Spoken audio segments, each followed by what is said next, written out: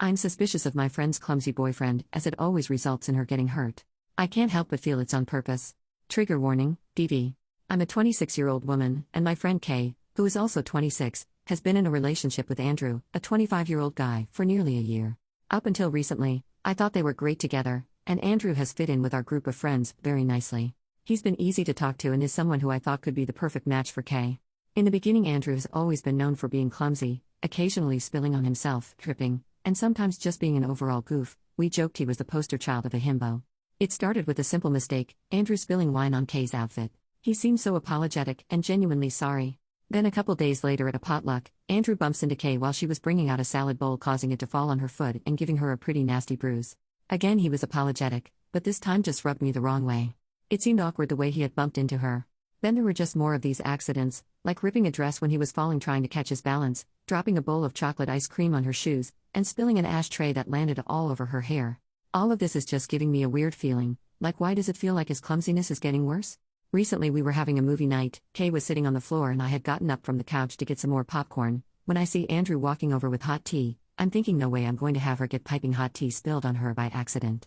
So I get up and say, "Oh, thanks for grabbing this, do you mind grabbing me popcorn since you're closest?" He kind of gets a defensive tone with me saying, "Yeah, but let me give this to Kay first." I said no, it's not a problem, I'll give it to her. As sweet as possible, and took the mug out of his hands and gave it to Kay. He seemed kind of distant the whole rest of the evening. I talked with one of my friends in our group just about the tea drama, and she said that Andrew might have been pissed off, feeling like I was babying him. I think that if he's been prone to hurting his girlfriend, wouldn't he want to avoid situations that could get her seriously hurt?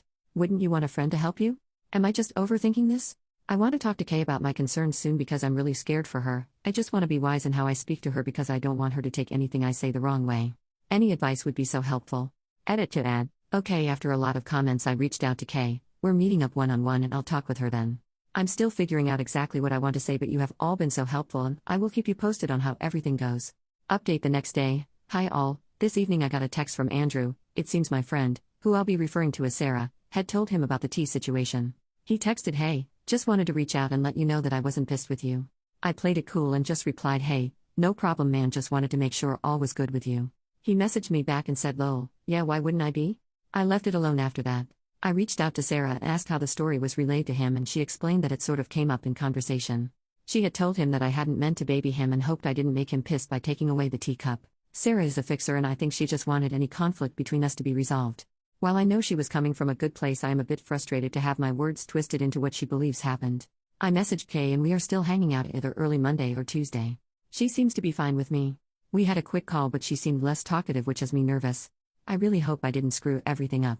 After a lot of comments I've decided I'm going to be careful with my wording. A lot of you have pointed out Andrew could have a medical condition. While I'm a bit skeptical, I will keep this in mind.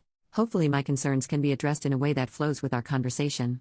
Update 3 days after the original post, a lot has gone on. So I talked to Kay this morning. I started off the conversation normal, when Kay says, "Hey, why were you concerned about Andrew bringing me tea?" I just say I had noticed he'd been more clumsy lately and I wanted to avoid either of you of getting hurt. She was quiet for a bit, then asks me, "Do you think it's odd how he's been acting?" Considering all your advice, I respond with, "I care about you and want you to be safe. I don't want to hurt you or Andrew, but I feel like most of the accidents have come at your expense. I don't want it to get to a point where you have a worse injury." This is when Kay burst out crying like I have never seen. After composing herself enough to talk, she says she's been so suspicious of how these accidents have been centered around her and how validating it was to have someone feel the same way. It's been causing her a lot of anxiety and she felt so relieved when I took the teacup away from him. She has tried to suggest to Andrew that he should go to a doctor, but he just says he's perfectly fine. Kay is not confrontational, so she just drops it. She said how recently Sarah, Andrew and her were all hanging out together. Sarah told Andrew I was so upset about how he was hesitant to hand me the teacup, a completely different story from what Sarah told me. I have been more open with my emotions in my post due to my anonymity, but in person I was very casual about the situation. I said something along the lines of, "Hey, did you think I upset Andrew by taking the tea when I asked him to get me popcorn? I hope I didn't come off rude." Then Kay told me something really disturbing, how during this conversation Andrew and Sarah started joking about Kay being a battered wife. How ridiculous the idea would be if Andrew was really abusing her, and some really dark jokes. This had Kay feeling like she was crazy to think that these accidents might be on purpose. Also, they had said some things about me that made her so upset she couldn't even tell me. Kay said she's felt trapped, living with him, and how he's intertwined in our group. She felt like she needed to wait to have proof he was faking it to make it worth a bunch of drama. I feel horrible that she's felt so alone in this. I was pretty blunt and just asked, "Do you still love him?" She responded, "I don't. I think I don't even like him anymore." So we talked about the best way for Kay to leave Andrew, being as safe as possible. Kay called in sick to work and we went over to her house and talked with our friend Leah, her roommate. Andrew was out at work, so we quickly moved all their things into Leah's room. She has a key to her door. Anything that was super sentimental to either of them we packed in my car. Kay is going to stay at my house and Leah wanted to stay with a family member who lives not too far away. Kay has written a letter to Andrew ending things. She is going full no contact. She set a date that she expects him to leave. He moved in with them so he doesn't have his name on the lease. Our friends Mike and Corey will be staying at the house. This is to ensure nothing will be damaged due to an accident, also to let Kay and Leah know when it's safe to come back. Thank you all so much for your advice. Tomorrow I plan to go on a little shopping spree with Kay. Doing everything I can to alleviate her anxiety. So far we know Andrew has seen the note and is packing to leave. So far so good. If anything happens I'll be sure to update you all. Final update. First off, Kay is safe. I want to thank everyone for their advice, it has been a huge help. Per someone's comment, we got that detector that finds hidden cameras.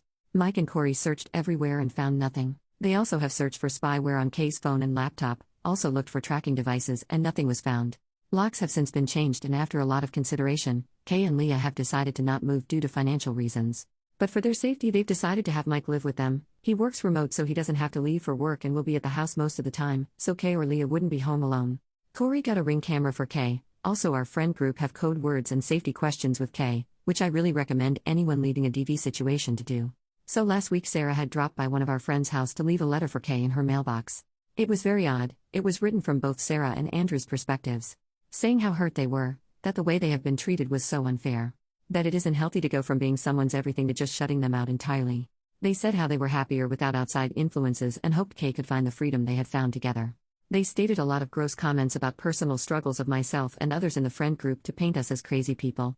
They ended it with how they just wanted to move on, that this was their goodbye and that they would welcome her back if she ever wanted to reach out to them, but would respect her wishes to go no contact. We all don't know if this is their way of saying they're together or what. It's incredibly odd. Some of our friends think it's an invitation to an open relationship.